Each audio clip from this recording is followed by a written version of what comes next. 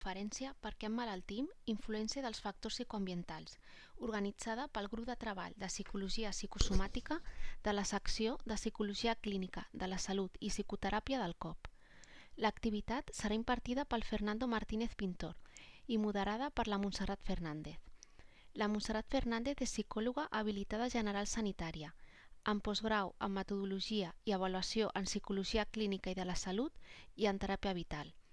És terapeuta d'MDR, psicòloga de la SEM, Societat Espanyola de Medicina Psicosomàtica, i coordinadora del grup de treball de psicologia psicosomàtica del COP.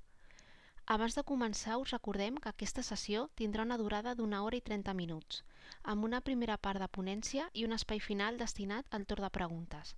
Els assistents al format presencial podreu aixecar la mà i us cedirem la paraula, i els assistents en format online podreu participar a través del xat.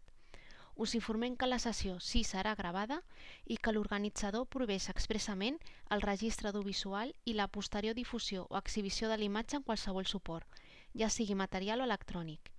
Així doncs, iniciem l'activitat. Quan vulguis, Montserrat, pots començar. Moltes gràcies.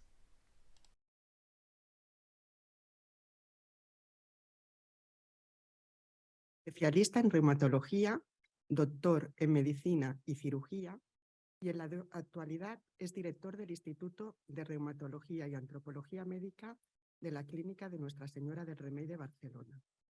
Es miembro de honor de la Sociedad Española de Medicina Psicosomática y presidente fundador del Círculo de Psicosomática y Antropología Médica de Barcelona. Desde ayer, académico también de la Real Académica Europea de Doctores. Su vida profesional ha girado en torno a la asistencia médica, la docencia y la investigación. Es autor de numerosos artículos, publicaciones y de libros sobre las repercusiones que las emociones y el sufrimiento tienen sobre la enfermedad. Sin más, os dejo con la conferencia del doctor ¿Por qué enfermamos? Influencia de los factores biopsicoambientales. Muchísimas gracias, Monse. Ahora ya casi nada de lo que diga va a estar a la altura de la presentación. Pues es para mí un honor estar aquí en el Colegio de Psicólogos y me hace muchísima ilusión compartir con todos vosotros mi forma de ver al enfermo. Os pido perdón por la voz, he estado trabajando todo el día, pasando consulta y bueno, estoy aquí con el agua a ver si, y los caramelos, a ver si no me da muchos problemas. Me gustaría que la charla sirviera para crear una serie de preguntas o de dudas y de que hubiera un turno de preguntas bastante activo, porque realmente el planteamiento que hago en la charla de hoy es absolutamente, me atrevería a decir, revolucionario de cómo ver al enfermo. Desde luego, nada que ver con la tendencia general. Y no voy a pasar ningún tipo de estadísticas ni nada de eso, sino unas reflexiones que me encantaría que no compartierais la mayoría. Porque como dice un autor muy de moda, el infierno está en la unanimidad. Así que vamos a ir poco a poco. ¿Se ha apagado?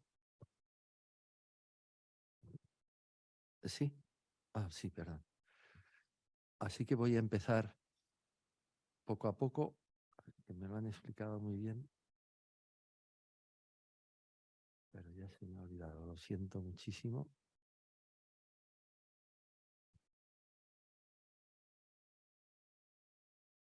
Qué torpeza. Sí, lo siento, no sé. ¿Aquí? Ahora. Perdón.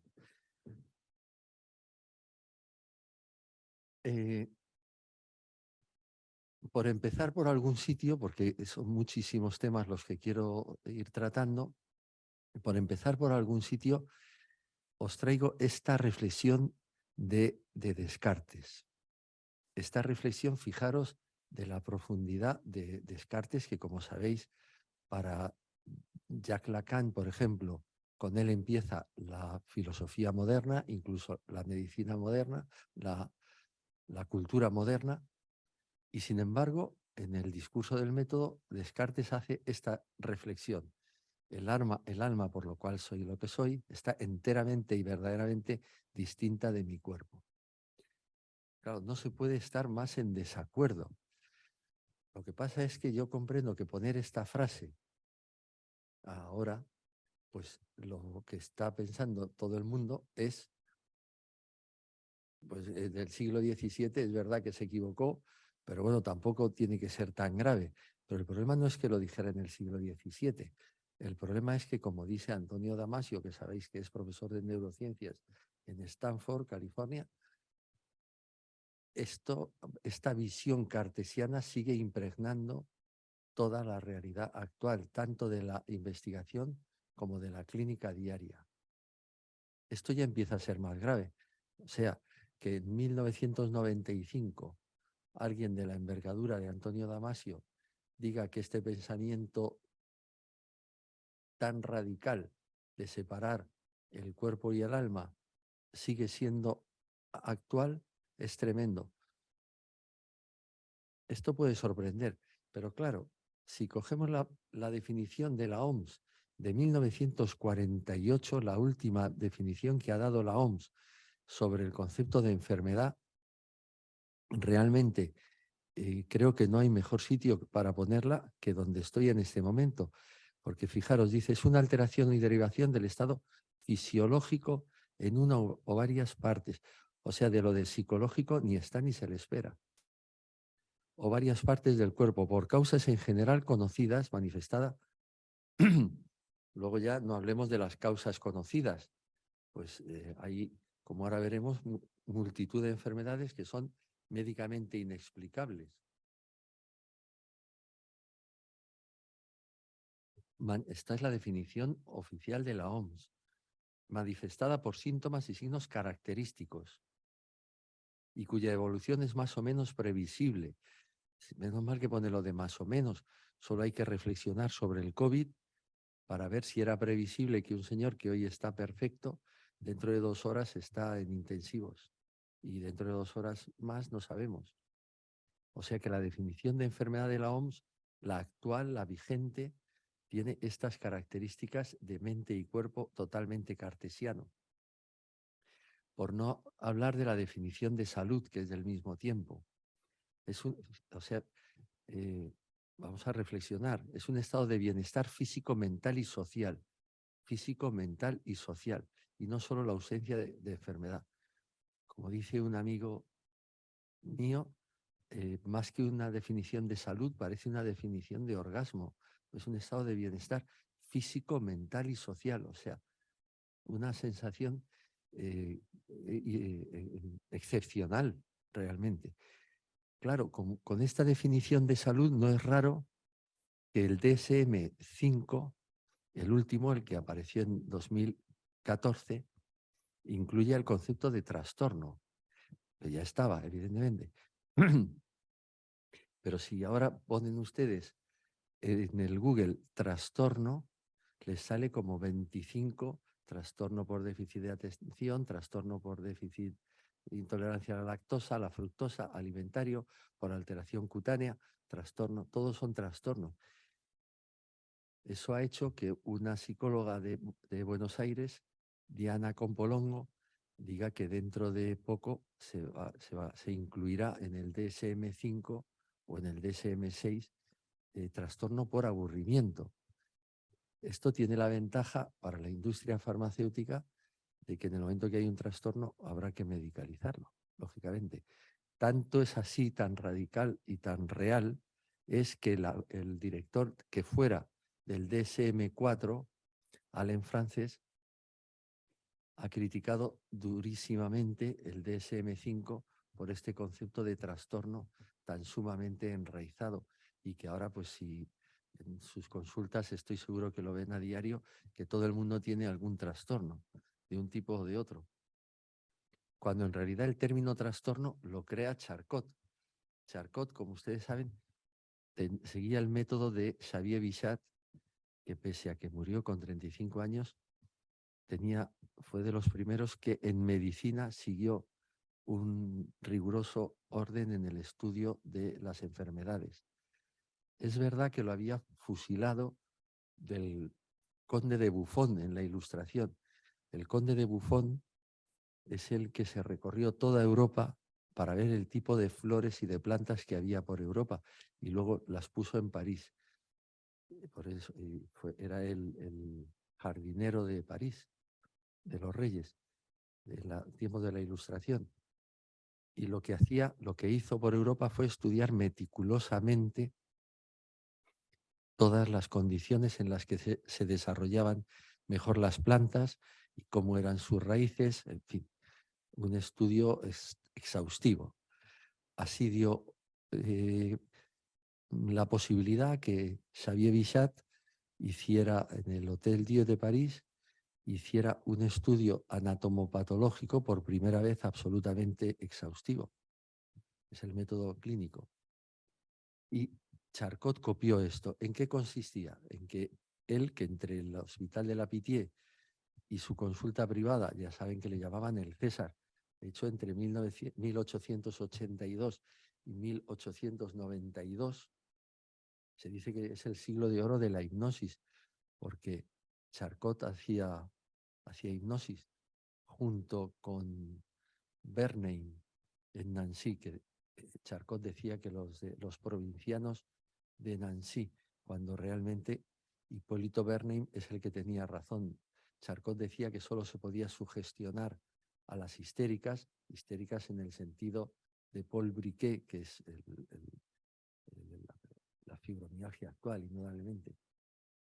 Y sin embargo, Hipólito Bernheim en Nancy decía que todo el mundo era sugestionable, cosa que hoy está más claro que el agua, realmente. Todo el mundo más o menos sugestionable. No solo las histéricas o un tipo de patología, las que tienen un tipo de patología. Total que Charcot lo que hacía era, con sus 2000 enfermos entre un sitio y otro, a la muerte hacía la autopsia y describía lo que había. Entonces, cuando no encontraba nada, ninguna alteración, le diagnosticaba de trastorno funcional. Y así quedó. O sea, el término de trastorno funcional se sigue utilizando. Estoy seguro que en sus consultas y tal no tiene un trastorno funcional. ¿Qué quería decir? Que no hay ninguna lesión. No veía ninguna lesión.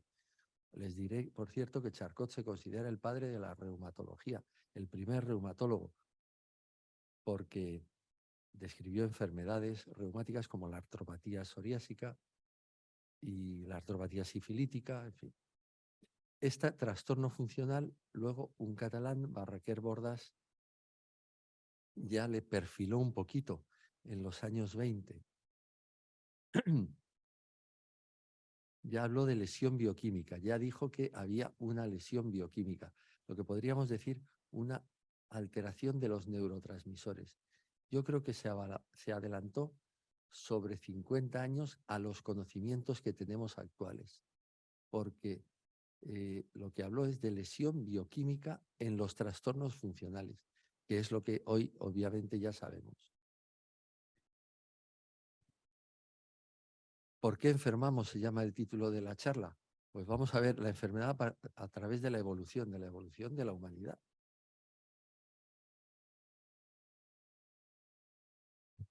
La enfermedad es de la evolución.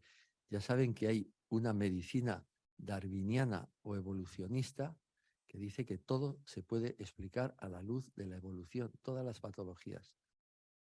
Durante muchos años se ha dudado de esto de si la evolución en qué consiste o si es la supremacía de los más fuertes, cómo es.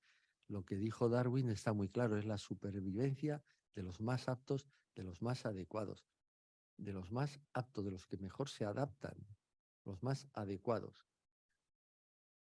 Yo he tenido el honor de conocer a Benjamín Fernández Ruiz, que fue decisivo en que yo estudiara la carrera de medicina, y a Arzuaga, que es el actual catedrático de la Complutense de Madrid, director de Atapuerca. Y los dos coinciden en este punto de vista de la evolución, la supremacía, la supervivencia de los más adecuados, de los más aptos. Y buena prueba de ello, y esto como detalle anecdótico, es que el último premio Nobel, Svante Pavo, sueco, aunque trabaja en Friburgo, se lo han dado a este investigador, que ¿qué es lo que ha visto? Lo que ha visto es que en una cueva del sureste asiático, había en la cueva que se llama Denisova, había encontrado una falange que tenía un cromosoma que se activa, un gen que se activa cuando se vive en sitios de mucha altitud. Esa falange que se ha encontrado en un neandertalensis, porque es un Homo neandertalensis que vivió hace 30.000 o 40.000 años, esa pequeña falange que se ha encontrado tiene un gen. Y ese gen, que no lo tenemos nosotros, por ejemplo, ese gen es un gen que se activa cuando hay poca cantidad de aire, de oxígeno en la atmósfera. Es curioso, ¿verdad? Dices, bueno, ¿y eso qué interés tiene? Pues tiene el interés de que ese gen solo lo tienen los tibetanos que viven en las montañas más altas del mundo. O sea, que se activan los genes cuando es un gen que se activa cuando hay poco oxígeno. Es un gen que se activa cuando hay poco oxígeno. En Europa, este gen no le necesitamos, de momento, a no ser que la contaminación, pero de momento este gen lo tienen los tibetanos que viven en el Himalaya y se activa solo con ellos porque viven en unas condiciones que no hay oxígeno. Eso quiere decir que efectivamente la evolución es correcta, la teoría de la evolución es correcta. ¿Por qué? Porque allí, para poder sobrevivir en el Himalaya, han tenido que tener este gen y solo sobreviven los que tienen este gen. Es buenísimo. La medicina evolutiva, la medicina darwiniana, está basada en la teoría evolutiva de sintética de Gibson, que fue director del Museo de Zoología de Harvard. ¿Y qué dice? Que todas las enfermedades, esto dice la teoría, la medicina evolutiva, la medicina darwiniana, todas las enfermedades se pueden ver a la luz de la evolución. ¿Y cuáles son las características que hay que cumplir para verlas a la luz de la evolución? Estas. Las leyes del Mendel, que ya saben, un fraile agustino austriaco que cultivando guisantes observó cómo se mezclan y yo eso les puedo comentar como anécdota personal absolutamente curiosa, que no traigo la foto porque no me parece. Yo tengo una sobrina que tiene 2 hijas. Tiene una hija morena, morena, morena, como somos los Martínez. Todos somos muy morenos, aunque yo ya el pelo no lo tenga nada moreno. Y de ojos negros. Y tiene otra hija rubia, rubia, rubia, con los ojos azules. Porque el padre es rubio, rubio, rubio, con los ojos azules. Lo cual, ¿qué quiere decir? En mi familia, algún antepasado mío, porque esta es mi sobrina carnal, algún antepasado mío tenía los ojos rubios con ojos azules. Pero que las generaciones que yo puedo controlar en fotos, todos somos morenos. Sin embargo, estas leyes de Mendel, en el momento que se ha habido un cruzamiento, han aparecido un carácter que además es recesivo, el de rubio con ojos azules. Estas son las leyes de Mendel, que ustedes se las saben. La genética de las poblaciones. Este detalle es importante, es un dato estadístico. Es ver la enfermedad a lo largo de cuáles son los genes que se activan en una determinada población. Evidentemente, los genes que tenemos en Cataluña se activan de manera diferente a los que viven en Noruega. Es evidente, el color de piel, todas esas características son diferentes y son modificaciones de poblaciones. La teoría de la selección de Darwin está clarísimo, el que mejor se adapta, los más aptos, los más adecuados, los que son capaces de adaptarse mejor a las situaciones.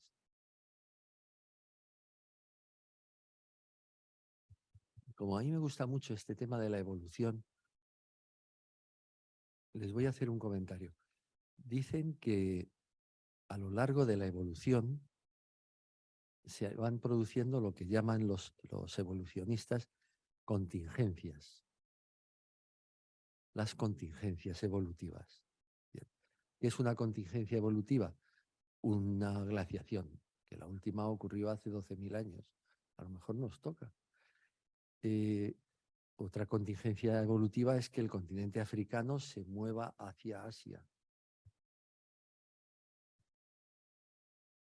Partiendo de la premisa de que yo personalmente creo que ahora vivimos en una sociedad híbrida, que la especie humana comparte con las máquinas el planeta y que cada día más, buena prueba de ello es esta reunión, a lo mejor estamos asistiendo a una contingencia evolutiva, porque yo como reumatólogo nunca había visto tanta patología de manos, de tendinitis, de dolores de manos.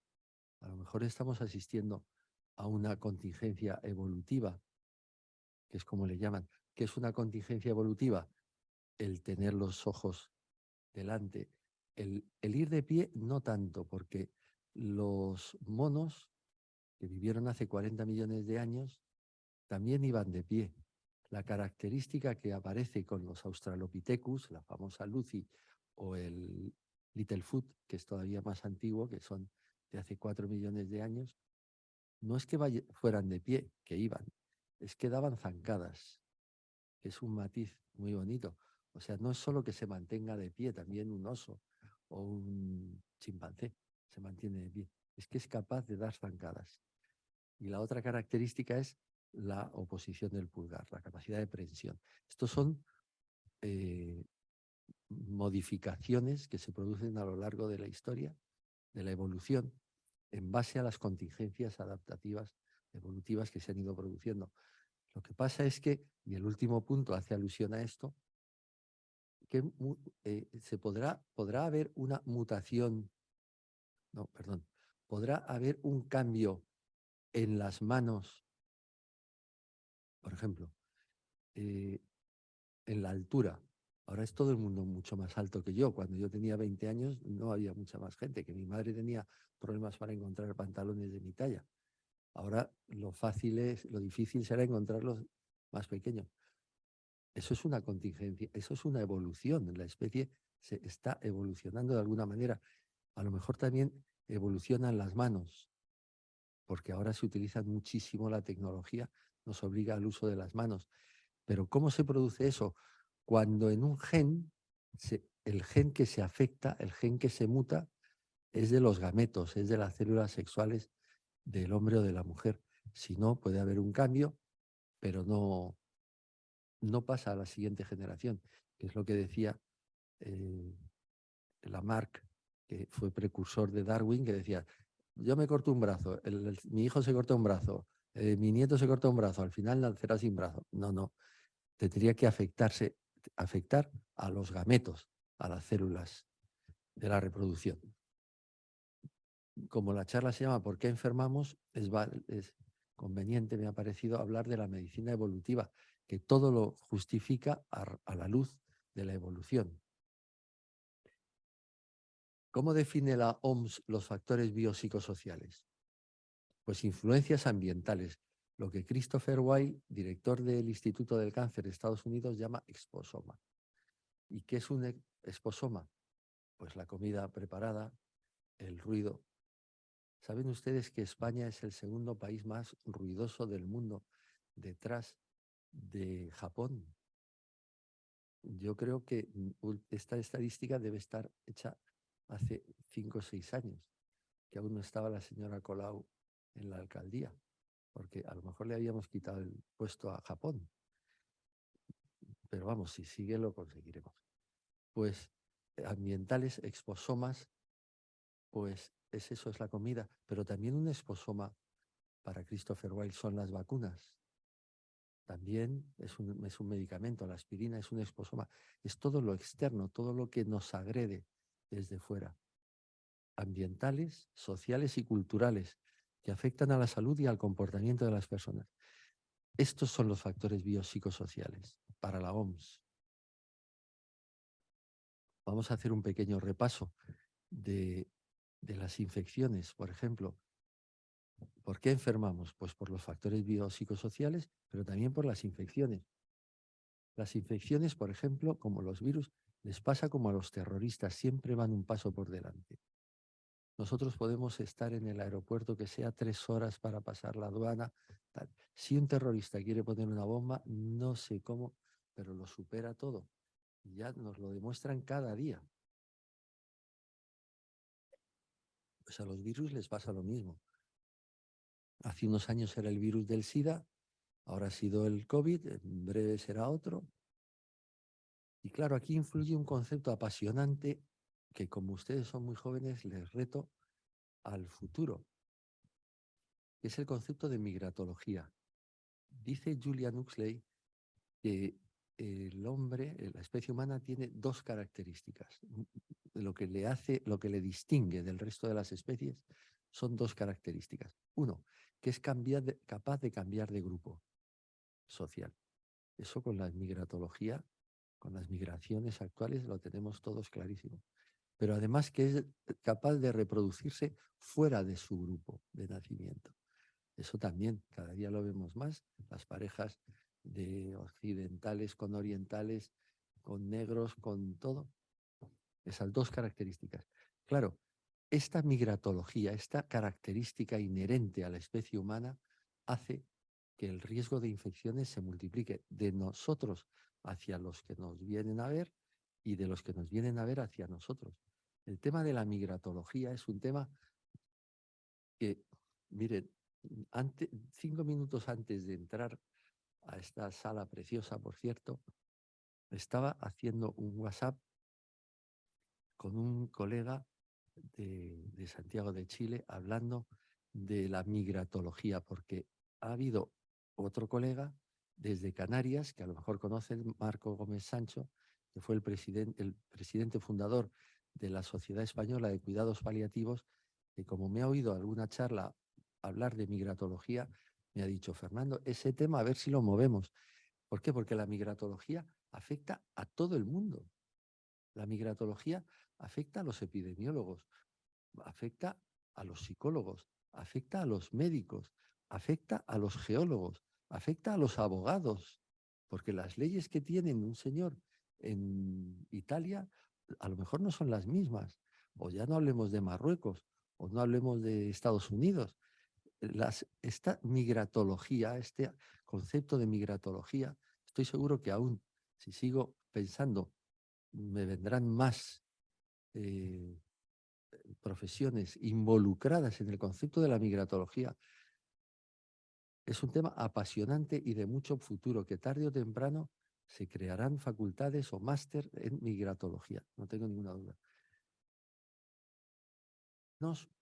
Pues ya lo saben ustedes, lo que hemos hablado, los exposomas, el exposoma de Christopher Wilde, las soluciones de compromiso. Este es un tema que es fundamental, pero que no se le da ninguna importancia. ¿A qué me refiero con soluciones de compromiso? A la ergonomía. A la ergonomía. El ordenador está donde cabe, no donde tendría que estar.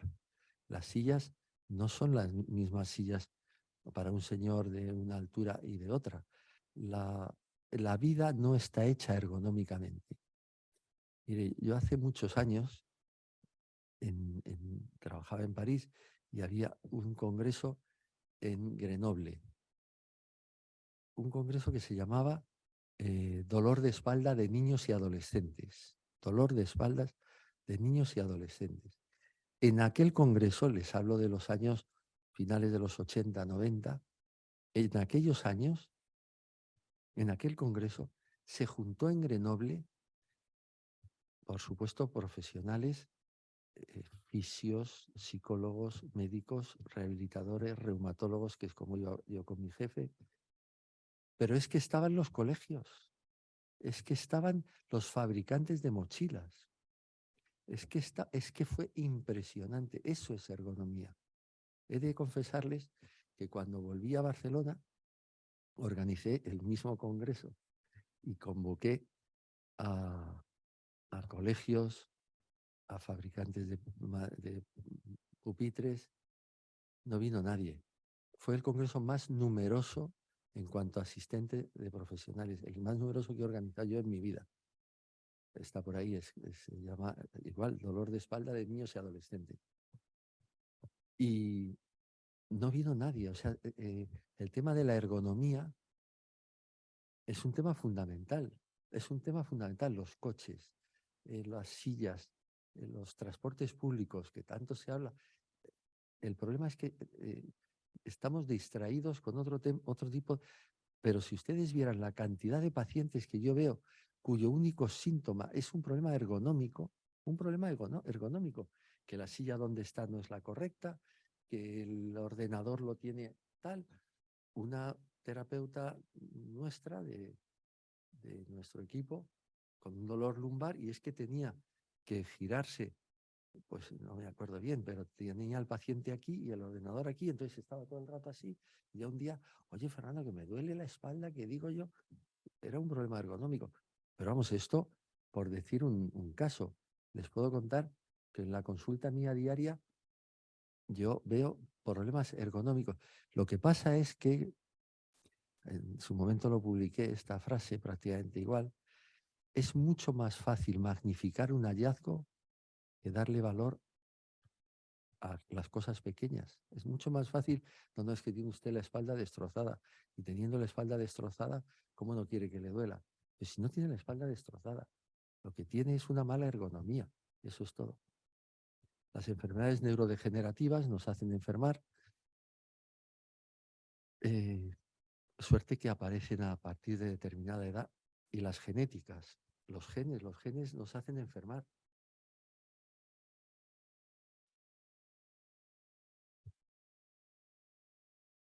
Estoy seguro que ahora mismo todo el mundo está diciendo, ¿quién será este perla que se llama Antonio de Zulueta? Pues este fue nada más y nada menos el primero que describió que la herencia también tiene que ver con el hombre. Les parece mentira, ¿verdad? Es que hay cosas que dices, no, pues si esto se sabe de siempre. Bueno, pero ¿quién fue el primero que dijo? Porque hasta 1925 se creía que la herencia solo transmitía la mujer. O sea, increíblemente, solo transmitía la mujer. Es a partir de 1925 que Antonio de Zulueta describe que la herencia, lo pueden buscar en el Google, y yo he tenido la suerte de ver los conejos, la especie de ratas que utilizaba, mezclando y cómo le van saliendo pintas a unos y a otros. Y es interesantísimo, claro, por eso me gusta citarlo. Además me gusta citarlo porque era de izquierda republicana y vivió la guerra, naturalmente, y se informó de su muerte. Bueno, se publicó en la revista Nature su artículo, o sea, fue más conocido fuera que en casa, y se informó de su muerte 15 años después de su fallecimiento para no provocar ningún tipo de conflicto. Era la época franquista. Y también seguro que conocen, hablando de genes, no se puede olvidar a Severo Ochoa, premio Nobel. ¿Y qué fue lo que hizo Severo Ochoa? ¿Qué es la grandeza de Severo Ochoa? Nada más y nada menos que describir cómo se puede construir un cromosoma, el RNA concretamente. Describió una enzima que se llama RNA polimerasa, y que en base con esa enzima aislada se pueden crear la cadena del RNA. Un año más tarde, un discípulo suyo publicó cómo crear el DNA, el ADN, quiero decir. Y les dieron el premio Nobel a los dos en 1959. En base a eso, toda la genética la crea Severo Ochoa, que por cierto, que como se nacionalizó estadounidense, pues en España se le nombra poquísimo. Pero bueno, hemos de decir que está enterrado en Luarca, en Asturias. Era asturiano y en su testamento era volver a casa. esto como lo que me gustaría es que reflexionaran conmigo sobre varios temas. Este es uno de ellos. Bueno, todo lo que voy diciendo. Pero esto también, fíjense, François Jacob es nada más y nada menos que premio Nobel de Medicina del Instituto Pasteur. Y el tal Dozhansky es de la misma línea, de Nueva York. Fíjense la frase: el genoma almacena y memoriza todo el pasado evolutivo de cualquier ser viviente. Y yo cuando leí esto, como estos dos no tienen un pelo de tonto, dije, ¿qué quiere decir? O sea que yo tengo una herencia del pasado evolutivo de toda mi familia. ¿Dónde? ¿Dónde? Porque si ahora ya sabemos lo de el genoma, ya sabemos construir las cadenas, gracias, por cierto, a Severo Ochoa. ¿Qué quiere decir? ¿Qué se esconde detrás de el genoma? O sea, la cadena almacena y memoriza todo el pasado evolutivo de cualquier ser viviente. O sea, que arrastras, cosa que no me sorprende, porque muchas veces los modales, la forma de comportarse de la gente, dice, pero si no conoció a su madre, y sin embargo se parece en sus modos, cómo habla, como tal, las vocaciones que se transmiten de familia. Nada, solo como reflexión. El primero que habló de la importancia de los factores externos es la de antropología, finalmente de antropología social, fue Virchow, que había una epidemia de cólera, por cierto, mató a 10 millones de personas en todo el mundo en 1850, 1860. Y Virchow habló de que había que preocuparse del ambiente en el que se vive las ciudades. No sé si saben como anécdota que llegaron a tirar casas pensando que el cólera se transmitía como los virus por el aire. Y llegaron a tirar casas y a edificios con tal de que se ventilaran bien las ciudades en París, en Berlín, en fin. Pero este señor efectivamente es el más conocido, pero es verdad que hay dos autores, uno catalán y otro alicantino, que en sus escritos consta la importancia que le dan a factores biopsicosociales. Y esto es interesantísimo decirlo. Letamendi, que en Barcelona tiene una plaza, que yo me gusta decir, es la plaza donde está Hacienda. Yo creo que, mira que hay plazas. Que no pasa nada, que nadie se escandalice, pero, hombre, una plaza un poco más bonita, que tuviera una estatua de él, no que se identifique. Yo cada vez que pienso en Letamendi y tengo muchas de sus obras que se pueden comprar, pues digo, pues, hay que ponerle allí Hacienda, pero bueno.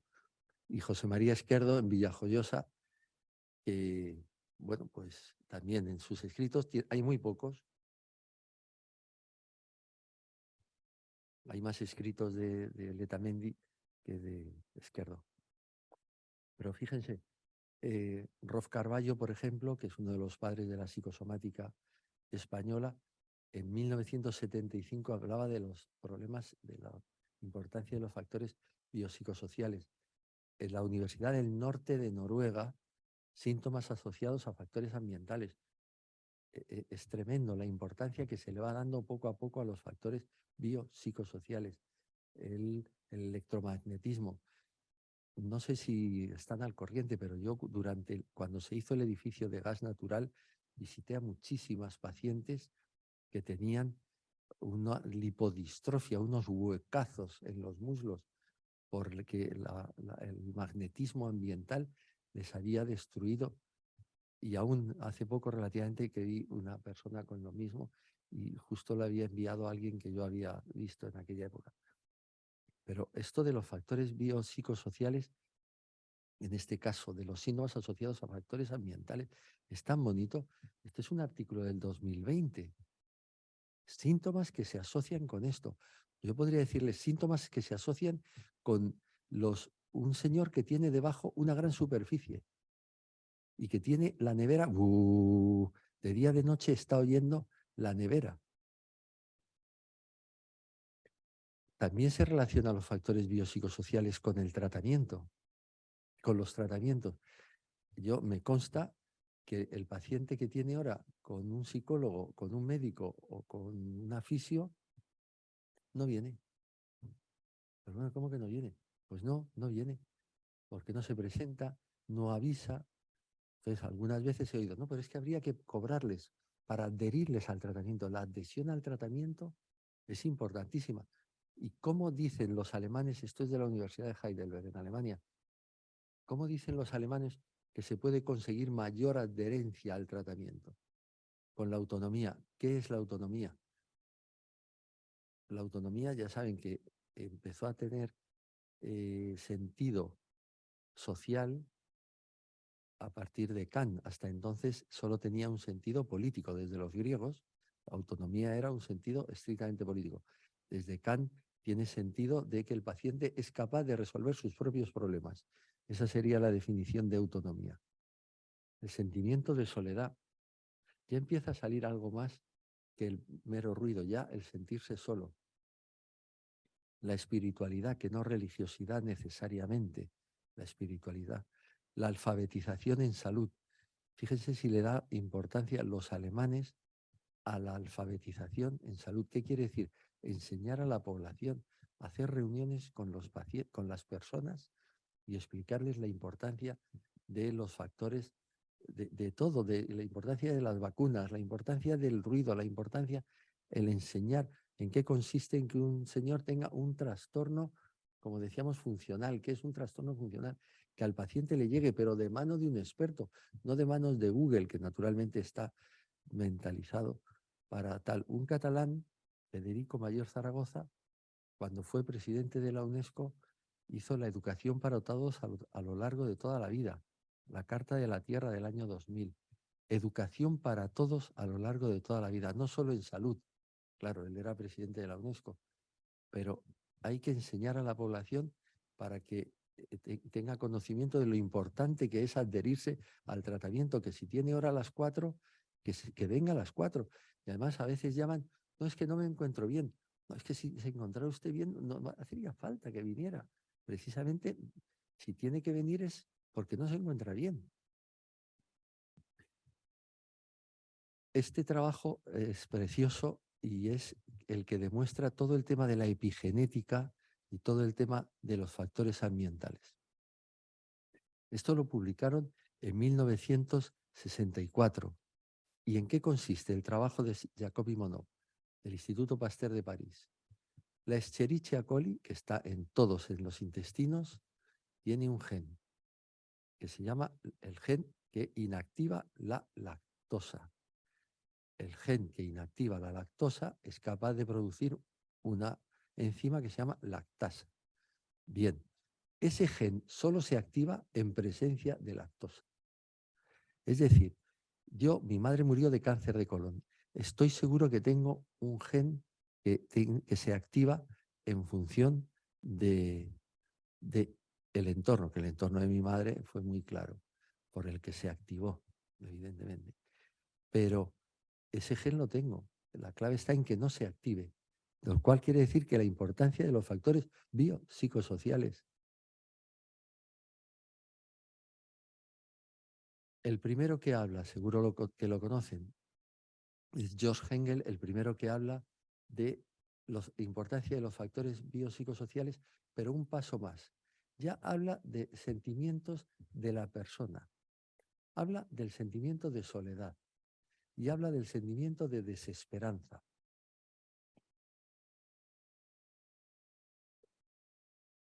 O sea, le da valor. Engel, ¿a qué se dedicó? Pues estudió durante 20 años los pacientes que tenía ingresados en Rochester y que te veía en su consulta. Y publicó diciendo que el 80% de los pacientes que veo tienen trastornos relacionados. Me gustaría que reflexionaran sobre esto. Tienen trastornos asociados a su soledad o a su desesperanza. Por cierto, Pedro Laín Entralgo lo había publicado con el nombre de síndrome diselpídico en 1957, que muchos pacientes, la mayoría lo que tienen es soledad y desesperanza, estos dos conceptos.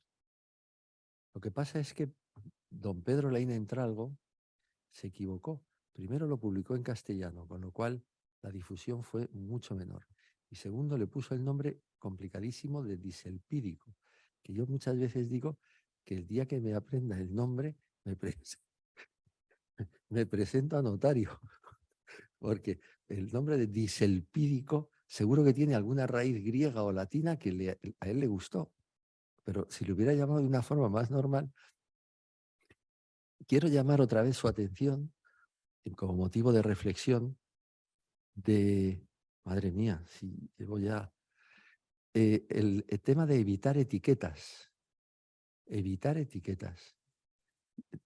Este es un tema que se suscita frecuentemente en muchas sesiones clínicas nuestras, porque los hay que están a favor y los hay que están en contra. Los que están a favor dicen, no, es que el paciente tiene derecho.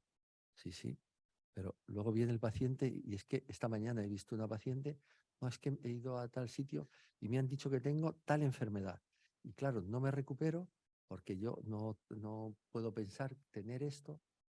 Y dices, bueno, por el contrario, si no dices nada, a los 6 meses, es que llevo viniendo 6 meses y aún no me ha dicho usted lo que tengo. Esto lo habréis oído vosotros como lo he oído yo. O sea que no es un tema fácil, ¿eh? 3 palabras, pero claro, todo el mundo, y estoy seguro que ya están recibiendo informes con síndrome de sensibilización central. ¿Qué es un síndrome de sensibilización central? Este tema es de vital importancia para ejercer hoy dignamente. 3 palabras. Es que se asocie una emoción con un dolor. Punto. Eso es lo que dijo Christopher Wolff en Harvard.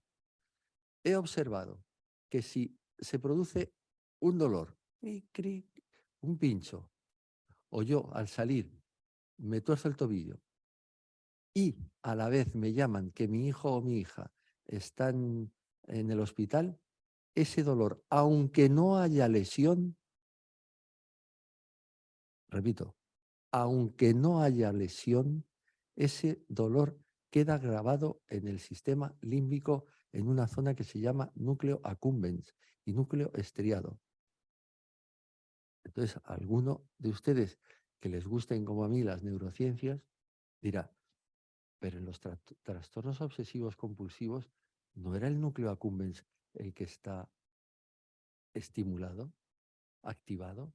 O sea, ¿está usted diciendo que hay un tipo de dolor que se graba a jamais, como dirían los franceses, para siempre en el núcleo accumbens y que casualmente ese núcleo accumbens es donde están los trastornos obsesivos compulsivos, lo cual quiere decir que el paciente que tiene un dolor crónico sin lesión tiene una ideación parecida a la que tiene un paciente con trastorno obsesivo compulsivo? Sí, es exactamente eso lo que estoy diciendo. Pues ahora el tema va creciendo en importancia porque hablamos de los síntomas médicamente inexplicables. Liponsky, que era polaco y tuvo que irse a Estados Unidos, es uno de los padres de la psicosomática. Y en 1960, 70, 83, 84, es que no lo veo, publicó el concepto de síntoma médicamente inexplicable. Y ahora volvemos al concepto de evitar las etiquetas o decir las etiquetas. ¿Cuántos de ustedes se imaginan que yo puedo decirle a un paciente lo que usted tiene es un síntoma médicamente inexplicable? Vamos, no he terminado y ya se ha levantado y se ha ido a otro que diga, este tío es que no se ha enterado de nada. He estado contándole mi enfermedad detalladamente y ahora me dice que es inexplicable lo que me pasa. Y con razón. Pero ese término existe, ¿eh? Es académicamente correcto. Síntoma médicamente inexplicable. Es que hoy está de moda, bueno, de moda, la medicina participativa que el paciente busca y viene con su listado de información, que no de conocimiento, pero de información sí. Claro, uno puede pensar, no, pero los síntomas médicamente inexplicables son 3. Esa enfermedad africana, la del mosquito. Nada más lejos. Los síntomas médicamente inexplicables asociados al síndrome de sensibilización central son la fibromialgia, el intestino irritable, la fatiga crónica, los problemas digestivos, la acidez, la sensibilidad química múltiple, el trastorno del ATM, el dolor de cabeza, la vulvodinia, las hiperalgesias, los hormigueos, las parestesias, etc. O sea que hay cantidad de síntomas médicamente inexplicables y que son los mismos que son el síndrome de sensibilización central. O sea, ligados a una emoción, efectivamente, ligados a una emoción. Pero claro, surge la medicina basada en las pruebas. Todo esto haré lo posible para que me dé tiempo a que me digan el desacuerdo que tienen, porque ahora ya el desacuerdo va a subir una serie de peldaños enormes. David Sackett, que seguro que le conocen, es el creador de la medicina basada en las pruebas. Natural de Canadá, trabajó en la Cochrane en Londres y publicó un libro que se llama así, Clinical Epidemiology, sobre que hay que metodologizar la medicina y la psicología. Hay que matematizar la biología, entendido globalmente. ¿Por qué? Pues porque si conseguimos hacer matemáticas de todo lo biológico, mental y físico, le pasará como al teorema de Pitágoras, que hace 100 años ya existía, existe y existirá para siempre jamás. Así que si podemos calcular que una enfermedad va a evolucionar así o asado en función de los datos que tengamos, pues esto va a funcionar de maravilla. Claro, el problema, y entonces aparece la necesidad de cuestionarios de 400 ítems. Antes de silbarme 400 ítems a una señora, porque para enterarnos si tiene depresión le hacemos un cuestionario de 325 ítems, a un paciente que hace 2 meses que no tiene un dolor abdominal y no tiene diarrea, le hacemos una colonoscopia por protocolo. Esto funciona así, para luego poderlo publicar y que parezca estadísticamente significativo y la p-valor. Bueno, si por lo menos hubiéramos conseguido eso, pues que no hemos conseguido eso.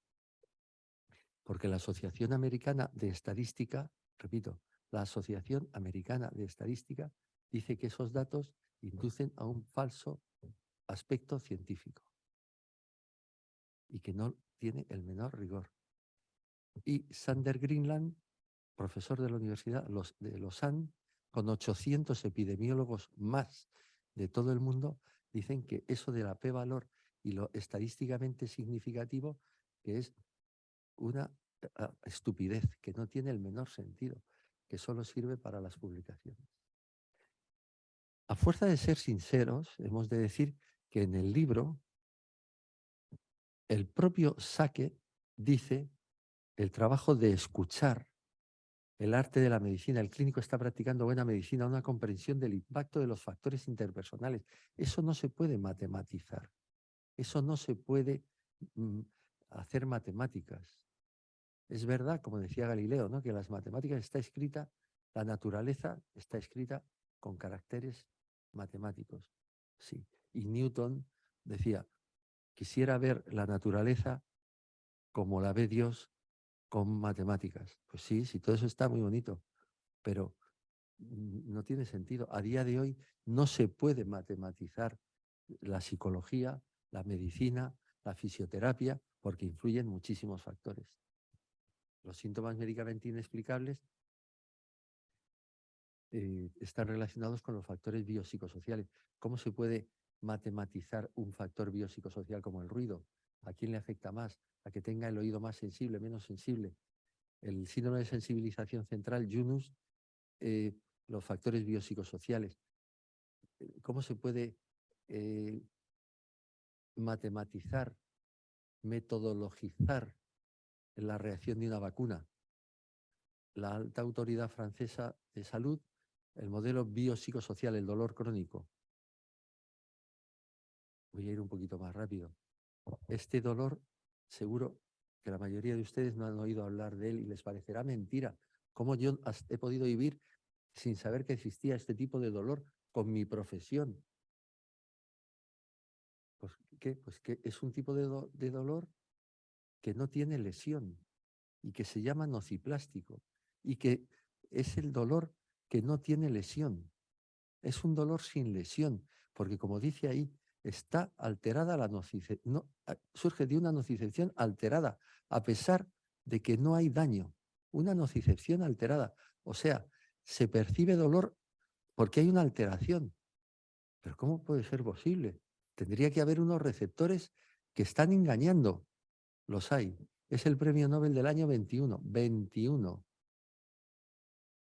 David Julius, California. Los receptores que se activan delante de una emoción. Delante de una emoción, ustedes son psicólogos, delante de una emoción se activan unos receptores que produce un tipo de dolor que se llama nociplástico y que no hay lesión. O sea, cuando llega el paciente y dice, es que encima dicen que no tengo nada, y usted le dice, sí, lo que usted tiene se llama dolor nociplástico porque tiene una nocicepción alterada, porque ya sabemos que existen estos receptores. ¿Y qué dice la Asociación Internacional para el Estudio del Dolor? Que efectivamente el dolor, que es esta definición, existen los factores biopsicosociales. El dolor es diferente de la nocicepción. No es que haya una nocicepción, es que hay unos sensores que se activan cuando hay una emoción y que queda grabado en el núcleo accumbens. De tal manera que ya no podemos seguir hablando del dolor, de la nocicepción. Todo esto tenemos que dar un paso adelante porque ya nos lo sabemos. Es un dolor ligado a una emoción vivida vehementemente. Esta frase es de Pierre Janet, que seguro que ustedes lo conocen seguro mejor que yo, que son los factores biopsicosociales. Un ruido permanente de las obras, de tal. Yo, claro, vivir con un ruido permanente. Bueno, hasta aquí podían ustedes decir, hay que ver el rollo que nos están contando este hombre para luego algo rarísimo. El CIE 19, ya saben ustedes que se publica cada 30 años. 30 años, 30. El CIE 19 se ha publicado en el 2019. Si ven ustedes ahí en pequeñito pone la palabra fibromialgia. Y si ven ustedes en más grande pone dolor nociplástico, que pone un 2. Y se identifica con factores psicológicos y sociales. Estamos en el colegio de psicólogos, de tal manera que la fibromialgia se relaciona con factores psicológicos y sociales porque tiene un dolor nociplástico que está ligado a una emoción vehemente. Es lo que están oyendo. Que esto no se lo sabe todavía la población, los profesionales, en eso estoy de acuerdo. Pero que esta es la realidad y que aquí lo tienen, cojan el CIE 11 en la casa del libro y buscan dónde está fibromialgia y pone dolor nociplástico. Dolor nociplástico, Eva Kosek. ¿Qué es un dolor nociplástico? El que no hay lesión. ¿Y de dónde, cómo se estimula? Porque hay un premio Nobel. ¿Y dónde está grabado? En el núcleo accumbens. De hecho, el estrés, bueno, ya saben, el primer trabajo de fibromialgia en el Hospital Ben Gurión fue con el estrés. Ahora ya es el estrés en las enfermedades autoinmunes. Fíjense, el estrés en el dolor musculoesquelético, estos trabajos son míos. El estrés en el dolor visceral. En ellos no hay lesión. En ellos no hay lesión. Es el intestino irritable, no hay lesión. El estrés crónico en el sistema inmune, aunque no sea de dolor. O sea, el otro día un compañero de ustedes me daba este dato que se apellidaba Zapata, este psicólogo que se ha incorporado al instituto. Y me dijo, estábamos hablando como siempre del estrés, del sufrimiento, de estas cosas, y me dice, he hecho el doctorado en el tema del virus del SIDA, y el virus del SIDA hoy se considera un estrés crónico del sistema inmune. O sea, la palabra estrés sale y sale en el tema del cáncer. O sea, la OMS dice que los acontecimientos vitales estresantes son más importantes todavía que los factores psicosociales. O sea, el estrés. Y yo digo, pero ¿y qué manera de llamarle estrés? Poner 3 palabras cuando en realidad lo que está queriendo decir es sufrimiento. ¿Y por qué se habla solo de estrés? Situaciones vitales estresantes. No, ni sufrimiento. ¿O es que está mal visto en la sociedad actual poner sufrimiento? ¿O es que solo sale la imagen de cuando están delante de la Sagrada Familia o en la Torre Eiffel o en la Plaza Roja de Moscú, sonriente, aunque luego esté hecho polvo porque no aguanta la mujer o la mujer al marido o la hipoteca o el coche? Pero todo tiene que ser hedónico, no eudaimónico, de felicidad a largo plazo, sino hedónico, la felicidad inmediata. Y todo lo que huela a sufrimiento hay que desterrarlo. ¿Por qué hemos creado una sociedad que está potenciando conceptos hedónicos y le da miedo hablar de sufrimiento, cuando por otro lado vivimos instalados en una propaganda del miedo permanente, con una cultura y un culto al catastrofismo, con una ecolalia, dicen en Alemania, ecolalia catastrofista? Como saben, ecolalia es un término que se utiliza para decir a estas personas que dices, oye, qué bonito este vaso. Sí, el vaso es muy bonito. Oye, Fernando, que quería decirte, oye, por cierto, el ordenador, a ver si lo compramos uno. El ordenador, tenemos que comprar uno. Oye, que también a ver si vamos, que acaban repitiendo siempre automáticamente, es un trastorno, un tic, ecolalia. Pues tenemos una ecolalia catastrofista. Todo lo que nos entra es catastrofismo. No hay más que poner la tele o comprar la prensa o ver las noticias, y en consecuencia se ha creado una sociedad hedónica donde el concepto de sufrimiento se tiene que reducir. Muchos de ustedes serán alumnos, amigos como yo, que me enorgullezco de Ramón Vallés, que es de los pocos que ha definido el sufrimiento, que son 2 conceptos: la amenaza y la pérdida de integridad. La amenaza, pues también seguro que se lo saben mejor que yo, de Kubler-Ross, que fue la primera que creó los cuidados paliativos. Lo primero, la negación delante de una situación de amenaza, la ira, la negociación, la depresión. Hoy es necesario saber neurociencias, pero bueno, es la amígdala la que se activa. Joseph Ledoux de Nueva York así lo publica. Y lo otro, que es el sufrimiento, es amenaza y es desintegración de la persona. ¿Y qué es la persona? ¿Cuál es la esencia de la persona? Pues esto cada uno dice la suya. Por ejemplo, para Spinoza, la esencia de la persona es el esfuerzo que hacemos cada uno por seguir siendo nosotros mismos.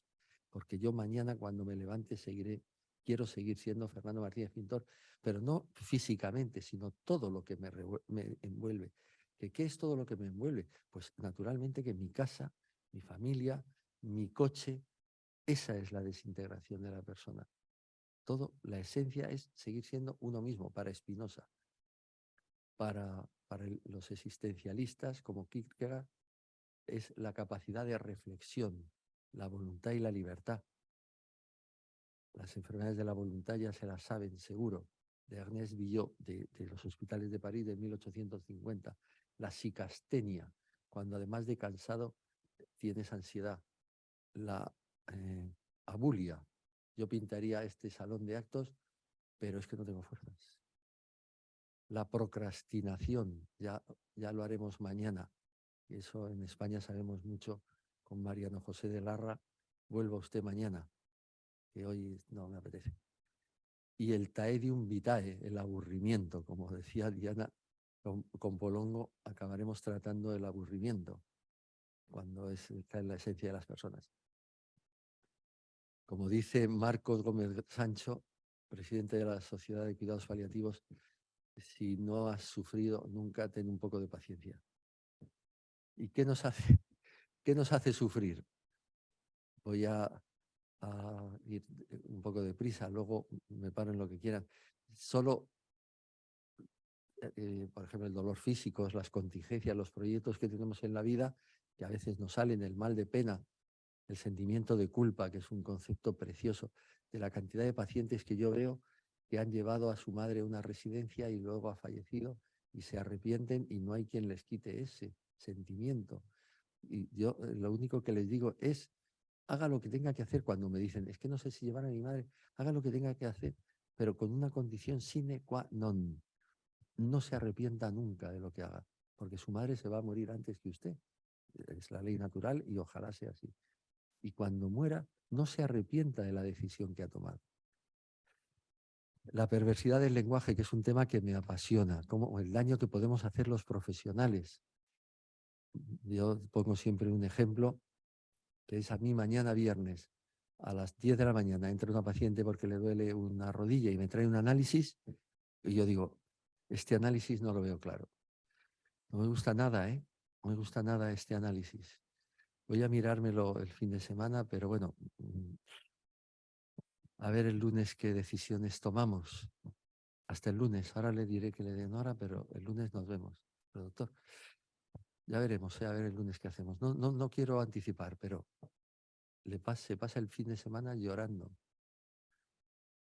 Pero vamos, no hace falta decir eso como psicólogo o como médico. En Navidad yo tengo muchos pacientes que, ¿qué tal? ¿Cómo has pasado las Navidades? ¿Las superaste? Por fin. Bueno, bastante bien, hasta que llegó mi cuñada de Zaragoza y me dijo, parece que te encuentro más gordita. Claro, no, ya no probé el turrón. O sea, la perversidad del lenguaje es importante. Y luego un tema en el que me he propuesto trabajar los próximos meses, que es como habrán visto, va saliendo recurrentemente, que es el tedio de la existencia, que es el concepto de aburrimiento. El aburrimiento. Y el concepto de bipersonalidad de Paul Christian y Fernando Lolas, ¿a qué hace alusión? A que la esencia de la persona son los otros. Yo soy lo que soy en función de lo que soy para los otros. Soy padre de, soy médico de, soy amigo de. La esencia de mi persona son los otros. Entonces, el concepto de soledad y aburrimiento, en el momento que no tengo a nadie, qué bonito, ¿verdad? Los síndromes ligados a la cultura también nos hacen sufrir. Aparentemente diríamos, no, esto está reservado a Madagascar, allí hay unas tribus que son los que tienen una cultura. No nos equivoquemos, porque lo dice Aquilino Polaino. Anorexia nerviosa no hay en África, ¿eh? Fibromialgia no hay en África. O sea que síndromes ligados a la cultura hay en Barcelona, y en París, y en Berlín, y en Copenhague. No nos equivoquemos. Y los síndromes, las enfermedades ligadas a perder el estatus que tenías. También muy bonito. De tal manera que la enfermedad, el dolor, todo esto, ¿cómo lo medimos? Los esposomas, el dataísmo, todos son datos. Es David Sackett. La cohesión social, ¿cómo se mide? La cohesión social, ¿cómo se mide? La soledad, ¿cómo se mide? El sufrimiento, la autonomía, la biografía de las personas, ¿cómo marca? La cultura, la herencia, los valores que cada uno tenga. Es que no se puede decir, no, yo es que soy un científico. No, es que es un testigo de Jehová, verá usted, es que su hijo, no, mira, yo estoy a otro nivel, entiéndame, yo estoy a otro nivel. Yo soy un científico y aquí por protocolo dice que yo le tengo que poner una transfusión y se la pongo o me firma usted y el niño se muere. No. Es que estamos todos involucrados. Esto de que yo soy un científico y a mí todo este entorno, toda esta antropología no es una cosa de los egipcios. Antropología es cohesión social, es lo que nos hace sufrir, es los esposomas, es nuestro ambiente, es la migratología, es el ruido. Eso es. Claro, todo eso no se puede medir, no se puede medir. De tal manera que, como decía Zubiri, la teoría tendrá que ajustarse a la naturaleza. No tiene más remedio que hacerse el proceso contrario. En vez de intentar matematizar la biología, la matemática del futuro tendrá que saber cómo medir la espiritualidad de las personas. En base a eso surge la algología antropológica, que estudia esta visión del enfermo, esta visión unificadora donde intervienen factores psicológicos. Estamos en el Colegio de Psicólogos y no lo he puesto porque esté aquí, porque sociales, hermenéuticos, como cada uno entiende, comportamentales. Y como no se puede saber nada, ni psicología, ni medicina, ni nada, sin saber fisiología, les hago 3 palabras de esto, de este descubrimiento de otra premio Nobel. ¿Y qué es lo que ha descrito esta premio Nobel? Pues estas 2 premios Nobel, pero Elizabeth Blackburn, de la autora de la izquierda, fue la primera que observó que una parte de los cromosomas relacionado, se va perdiendo con la edad. Se llaman los telómeros. Son 6 bases nitrogenadas que con los años se van perdiendo. Pero su colaboradora, la psicóloga Carol Greider, ¿qué es lo que demostró? ¿Qué es lo que vio? Que existe la telomerasa, que hace crecer a los telómeros. O sea que no es solo decadente, sino que efectivamente mis telómeros por mi edad serán más cortos, pero yo puedo hacer cosas que crezcan. ¿Y eso qué me da? Me da más calidad de vida y más esperanza de vida. ¿Y eso cómo se mide? ¿Cómo se mide el sentirse amenazado, señores? O la ansiedad, o la depresión. La longitud telomérica está en función de esto. Esto hay que reivindicarlo. Es que no podemos seguir como si no pasara nada, ¿no? Es que los trastornos, el ejercicio físico aumenta la longitud telomérica. El dormir bien, el sentimiento de culpa lo disminuye. El pensamiento negativo disminuye los telómeros. Pero, ¿y a mí qué me importa que disminuyan los telómeros? No, es que verá usted, si disminuyen los telómeros, se va a infectar linfocitos T y telómeros. La citoquina tal, marcador de inflamación sistémica, se muere matando, aumentan las infecciones. Esto lo vemos todos a diario. Alguien que está sufriendo, le sale un herpes, luego coge la gripe, luego el COVID, luego le acaba en intensivos, luego tiene intestino irritable. Todo eso lo sabemos ya. Todo eso lo sabemos ya. Pero habrán observado que ni en la puerta ni aquí está la industria farmacéutica. Por eso no lo sabe todo el mundo o no lo dice todo el mundo. Muchas gracias. Para las preguntas, supongo que desde casa me están aplaudiendo enfermita.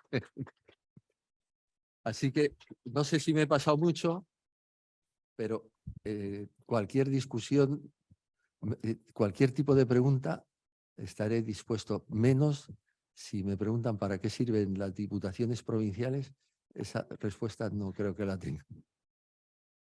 Moltes gràcies per aquesta presentació. Iniciem, doncs, el torn de preguntes.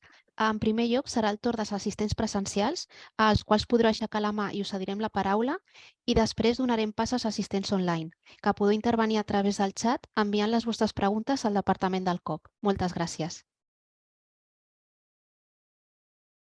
Venga, bien, sí. No, es que si no les pregunto yo lo de los qué piensan de los cuestionarios, no, pero si hay preguntas. Vale. No, ha quedado todo muy claro. D'acord, Sònia, no tenim preguntes a la sala. D'acord, moltes gràcies. Esperem a veure si algun assistent vol fer alguna pregunta a través del xat.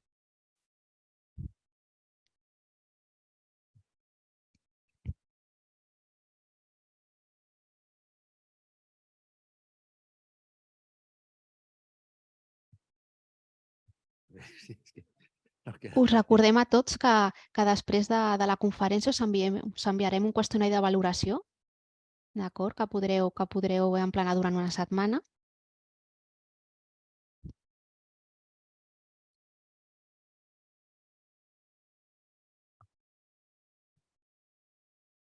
Pues yo encantado.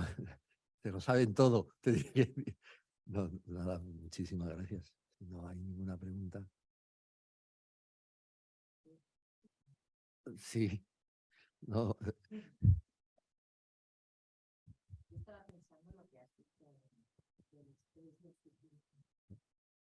Claro, el estrés dentro de lo malo que es, está como bien visto porque se asocia a mucha actividad, a los yuppies, a un nivel económico. En cambio, el sufrimiento se asocia más a una debilidad. Y es real, es sufrimiento todo. Todo es sufrimiento. Pero si te fijas, ahora todo el mundo va pregonando, estoy estresado, ay, no puedo Sí. quedar, tengo un estrés, ay, me ha cogido esto por estrés. Pero el tema de sufrimiento, que engloba muchas más causas, pero entre ellas el estrés, está como mal visto. Y Sí. Sí, está mal y visto, nada. es lo de la sociedad que decía.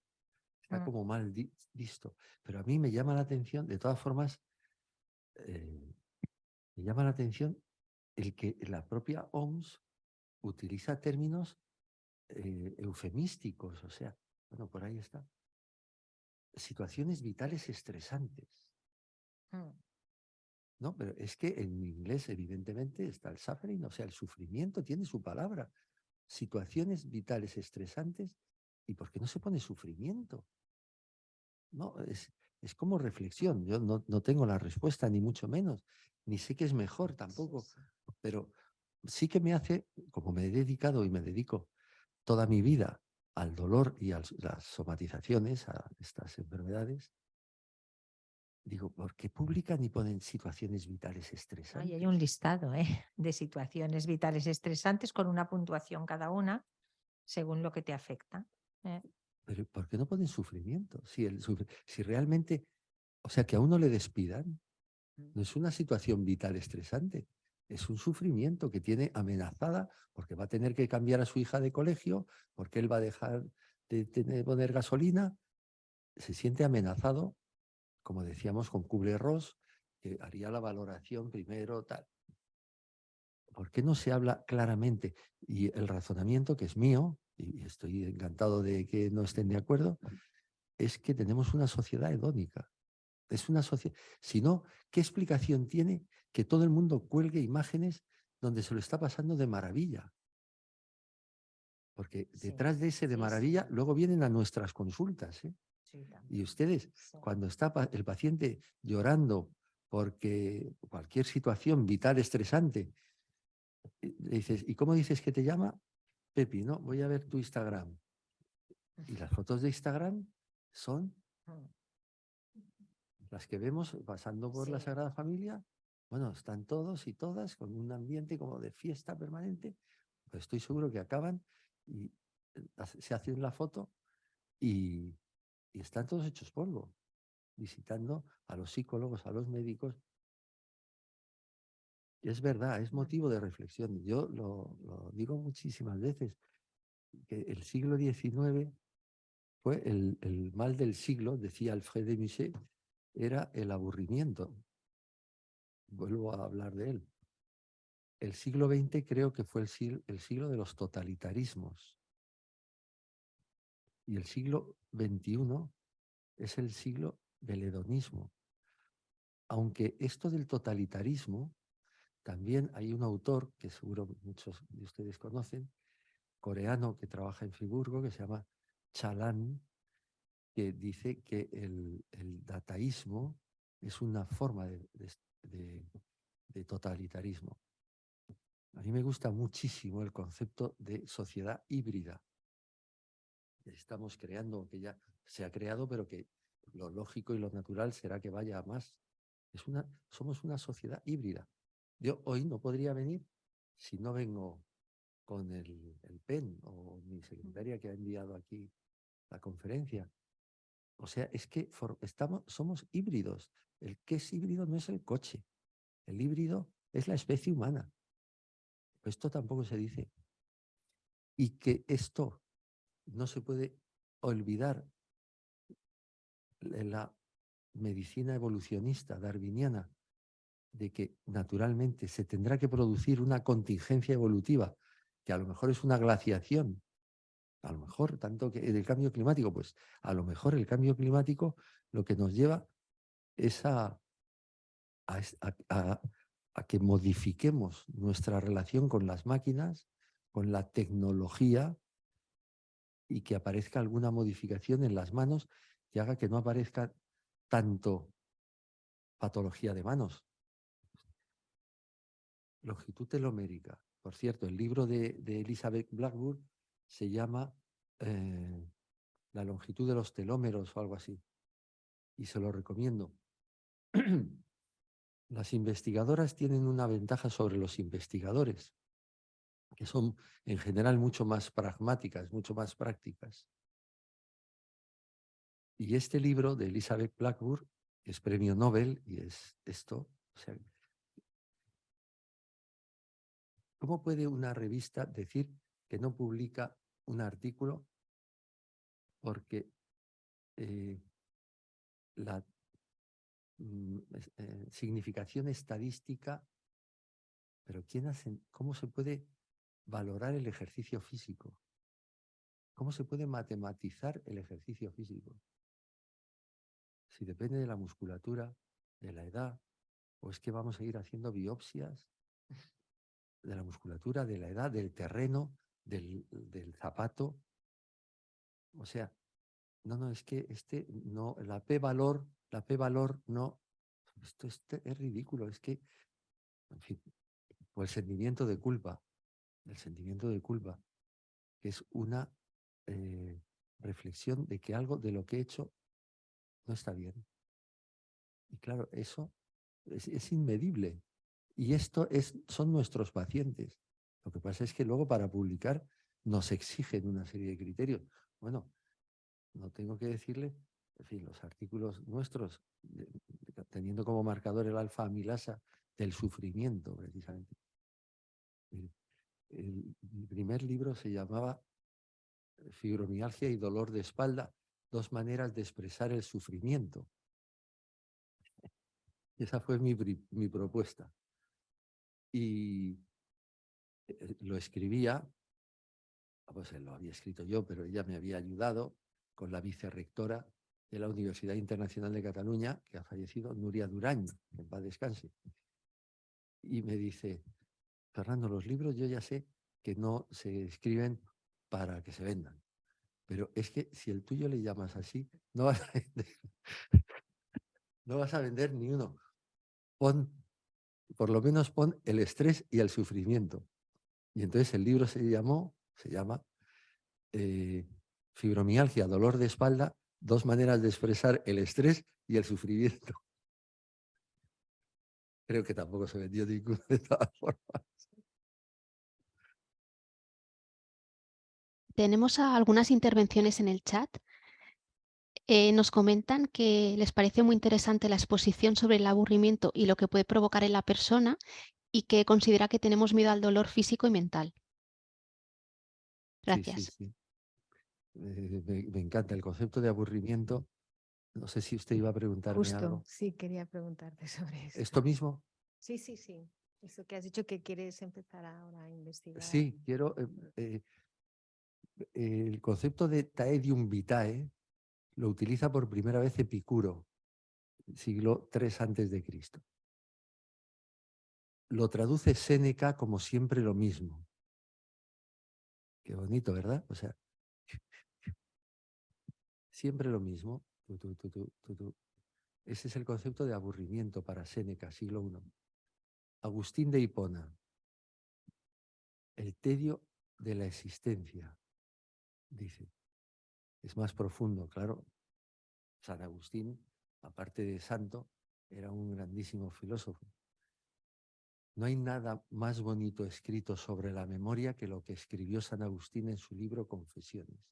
Si tienen ocasión de encontrar el libro, se llama Confesiones y hace un apartado, no de psicofisiología ni de psicología quizás, pero de filosofía del concepto de memoria. Bueno, habla del tedio de la existencia, que ya es un concepto más potente porque ya hace referencia a la existencia.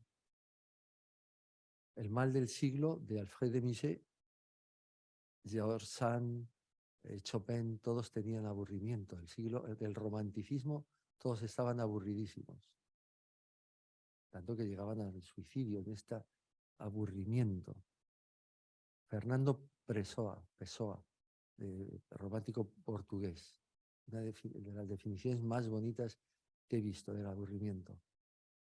Es la enfermedad que consiste en que piensas que no vale la pena hacer nada.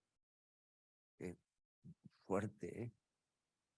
Que no vale la pena hacer nada. No vale la pena. Oye, vamos a ver al Barça, tal. No vale la pena. No vale nada. O como decía el otro día una paciente a Almudena, viste una catedral, mira, es viernes, hace sol, date una vuelta por la catedral. Oye, viste una catedral, vistas todas. No vale la pena hacer nada. Ese es el aburrimiento, el tedio de la existencia de San Agustín. Es un concepto apasionante. Y entonces, cuando me tenga que callar, me lo dices. Entonces, yo me pregunto, ¿de qué se mueren en la residencia? ¿De soledad? Porque lo que somos, la esencia de la persona, dice Paul Christian en Heidelberg, son los otros. Lo que uno es está en función de lo que es para los otros. Y como los otros no son nada, porque no me hablo con nadie, porque no oigo, no existe, se mueren de soledad, se mueren de aburrimiento, que no vale la pena hacer nada. Venga, mamá, que voy el sábado y te saco. En fin, el tema del aburrimiento es un tema apasionante, realmente, a mí me lo parece. Tengo que buscar en el Google los fármacos contra el aburrimiento. Si alguien me está oyendo de la industria, le ruego que se ponga las pilas. Tenemos dos preguntas en el chat de diferentes asistentes. Nos pregunten, voldria preguntar si els nociceptors que s'activen davant de la moció forta són diferents de la resta de nociceptors o són especials? Son diferentes totalmente. O sigui, hi ha los nociceptors habituals, que ja són coneguts, i los que ha descrit David Julius de California són, de facto, ell diu, no són receptors, diu, són sensores. I són sensors que s'activen davant de situacions emocionalment importants. Però són totalment diferents, totalment.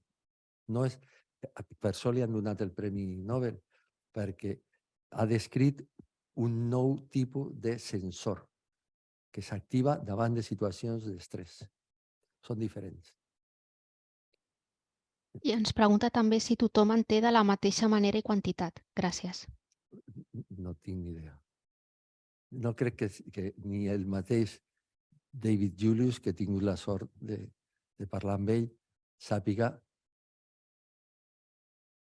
si tothom té els mateixos, si hi ha diferents, les localitzacions. És que el Premi Nobel és del 2021, o sigui, no fa ni 2 anys que li han donat.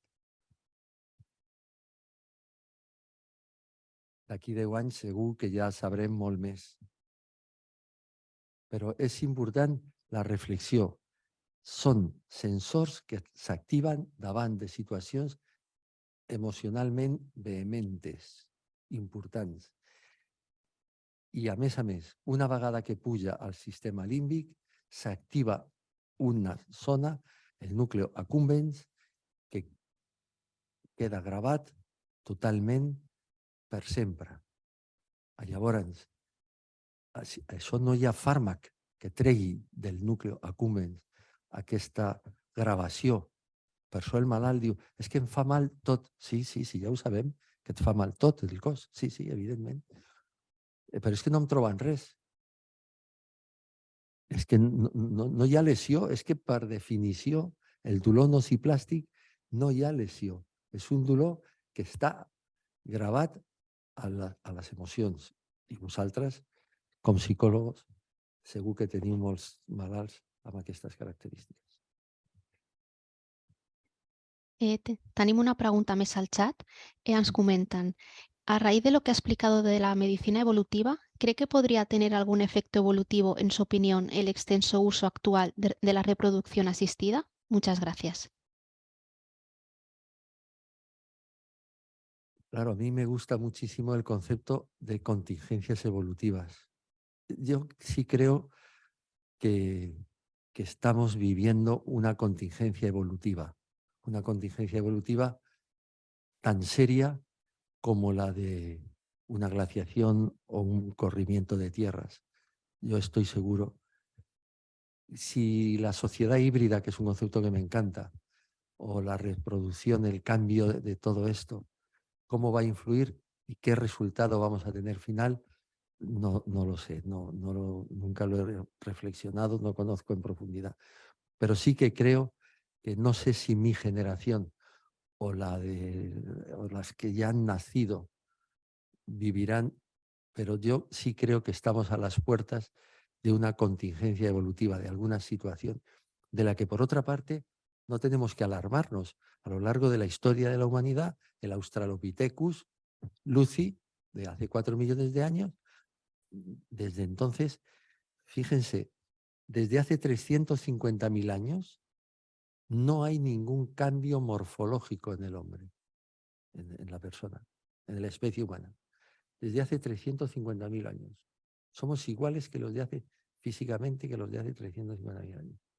Es evidente que toca un cambio de morfología, quizás en manos. Yo, como creo mucho en el concepto de sociedad híbrida, creo que el cambio será algo que afecte a las manos. Contestando a la pregunta, no lo sé cómo puede influir la reproducción asistida.